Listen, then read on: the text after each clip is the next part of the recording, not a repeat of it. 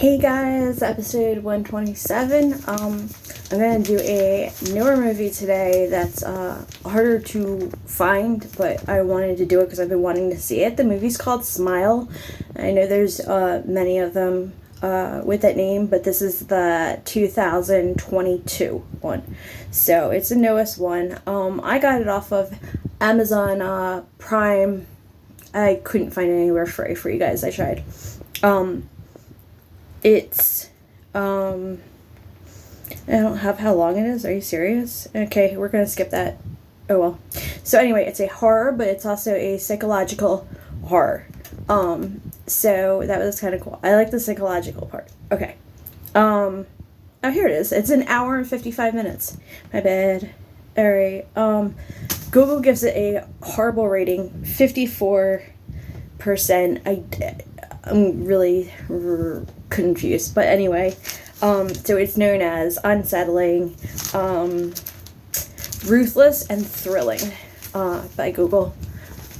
It is, I'm sure a lot of you already know, but I will give you guys a little summary. It's about Dr. Rose Cotter. Sorry, my phone's acting up. So, she's... my phone. I'm sorry, guys. Alright, so anyway, Dr. Rose Cotter starts her day at her hospital when a female patient arrives out of her mind with fear. So the girl's like going nuts, like, something went wrong. Please try again.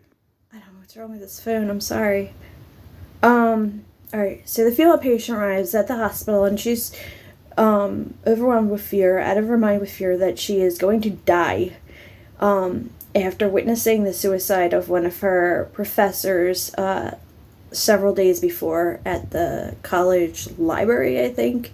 And he had the same type of symptoms, like just crazy with fear, and then smiles and killed himself brutally.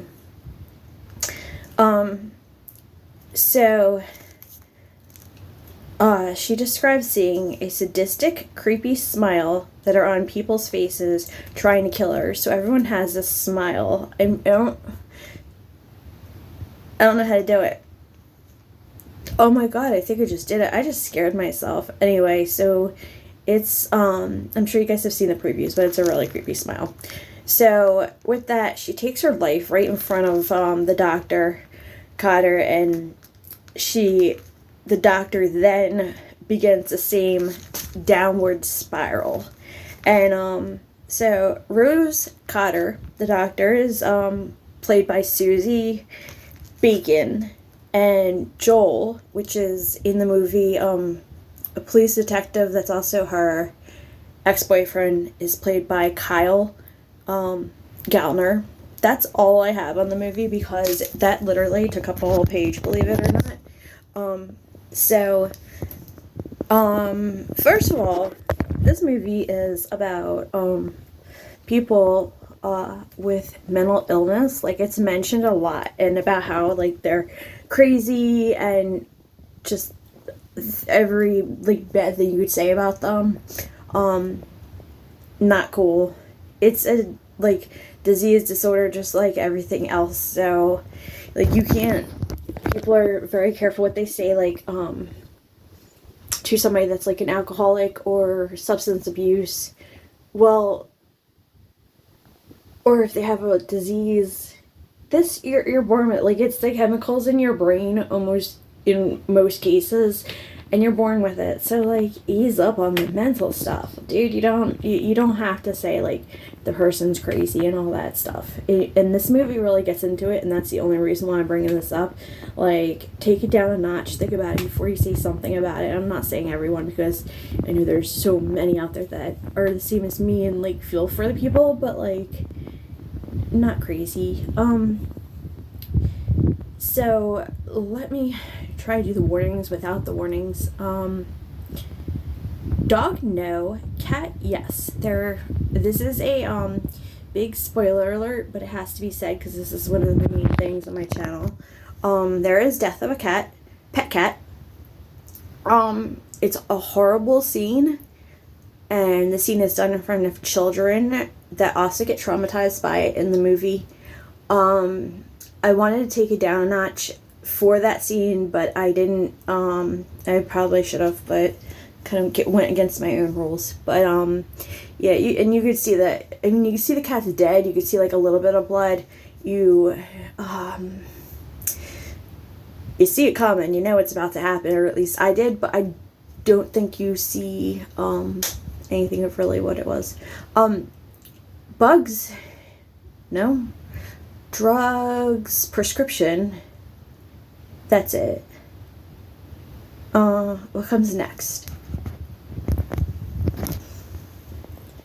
Excessive gore. I mean, there's scenes I can't really remember. I watched this like days ago, and these little details are things that I always forget because like I know there's scenes, but I can't remember how bad they were. But excessive gore. I think some of the death scenes were rough. Violence and death, yes. Clowns, no. Vomit, no. Blood, yes. Gross scenes, yes. Hospital scenes, yes. She works in a hospital, but like the psych department, I guess. But I think it's like, but it's a regular hospital. So it's her job plus where a lot of the scenes are carried out. And so for mental institution, I'm going to say the same thing. It's a hospital. She works in the mental institution part. And yes, there are people who stay there because they have mental problems that have to be monitored 24/7. And they are even, like, the one guy is even shown, like, exactly, like, what he's going through. It's actually really sad. And don't look at it as, like, entertainment. Like, people really do go through this. So suicide, yes, there's many. It's just that they're suicide, but it's not because they want to. It's just what they have to do in this movie. I don't want to like give away everything. Shaky cam, no. Abortion, no. Rape, no. Sexual content, no. Nudity, I don't think so, no. So, believe it or not, I'm giving this movie 1, 2, 3, 4 stars.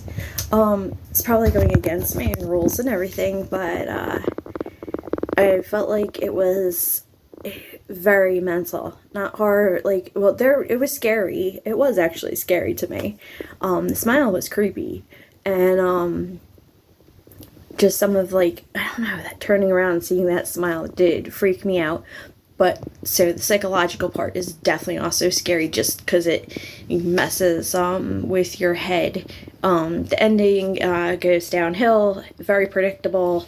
There was really no twists. I kind of predicted a lot of it, but it was definitely worth watching, and I would watch it again, believe it or not, just because I like the way it made you think. So I have so much to do. I still have 2 reviews that I don't know what I'm gonna do. I gotta get going, so we'll see how that goes. But feel free to give me a like, and I'll catch you on the next one.